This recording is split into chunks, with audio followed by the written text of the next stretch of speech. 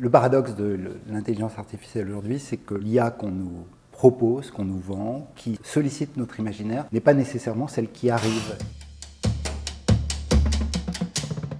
Pour le comprendre, il faut faire l'histoire du rapport que nos sociétés et que les inventeurs ont entretenu avec la fabrication d'une machine intelligente. Une culture numérique, c'est en partie ça, c'est refaire l'histoire de la manière dont le numérique a pénétré nos sociétés. Alors il y a deux manières en fait, il y a deux grandes conceptions. Il y en a une qui dit que la machine doit être intelligente et qu'il faut programmer l'intelligence dans la machine. Et ça, c'est un projet que John McCarthy et Marvin Minsky ont appelé l'intelligence artificielle dans les années 60 et qui a suscité une vague de recherche considérable dans laquelle on a essayé de faire raisonner la machine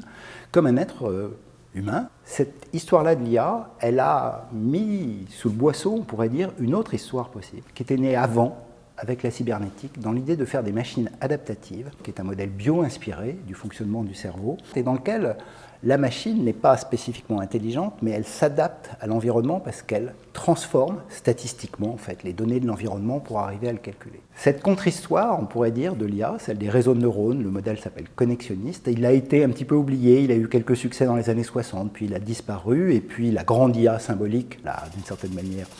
recouverte de ses espoirs qui n'ont pas connu beaucoup de succès.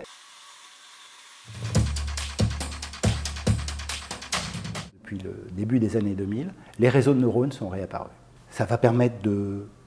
d'identifier des objets dans les images, ça va favoriser beaucoup de choses sur le signal, sur la reconnaissance vocale, sur la traduction automatique qui a fait des progrès considérables, avec un système informatique qui est assez étrange puisque c'est beaucoup de données, des sorties, mais entre les deux, on ne comprend pas très bien ce que font ces calculs de bas niveau qui sont faits dans les réseaux de neurones. Ça ne va pas faire tous les espoirs qu'on est en train de promettre avec l'idée que les machines vont prendre des décisions, parce que cette histoire, elle s'ancre vraiment dans un autre paradigme très central de l'informatique, c'est que c'est une prothèse qui est donnée à nos sociétés pour augmenter les compétences et les capacités des humains. L'IA qui arrive, c'est encore une fois une IA qui vient augmenter l'intelligence des humains avec des machines qui sont assez bêtes, mais de cette bêtise essentielle et fondamentale, c'est qu'elle calcule extrêmement bien, extrêmement vite. Il faut qu'on soit très réflexif, très attentif, c'est le rôle des sciences sociales aussi, au type d'usage et au type d'objectif qu'on souhaite donner à ces nouveaux calculateurs, parce qu'évidemment, on peut s'en servir pour le meilleur et pour le pire.